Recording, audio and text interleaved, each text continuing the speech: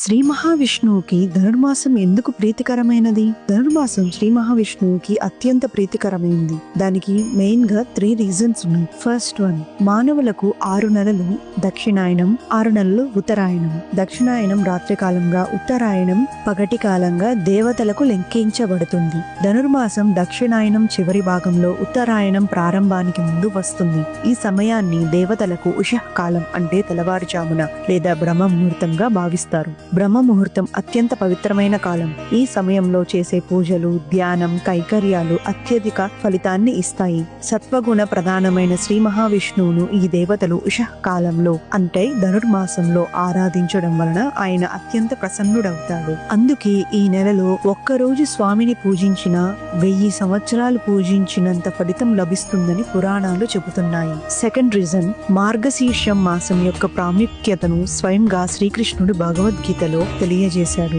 వేద మంత్రాలలో బృహత్ సామం నేనే, ఛందస్సులలో గాయత్రిని నేనే, మాసాలలో మార్గశీర్షం నేనే, ఋతువులలో వసంత ఋతువు నేనే అని శ్రీకృష్ణుడు భగవద్గీత 10వ అధ్యాయం 35వ శ్లోకంలో ప్రకటించాడు. స్వామి స్వయంగా ఈ మాసం తానే అని ప్రకటించడం వలన ఈ మాసం విష్ణుమూర్తికి అత్యంత ప్రీతి పాత్రమైనదిగా మారింది. థర్డ్ రీజన్, గోదాదేవి చరిత్ర.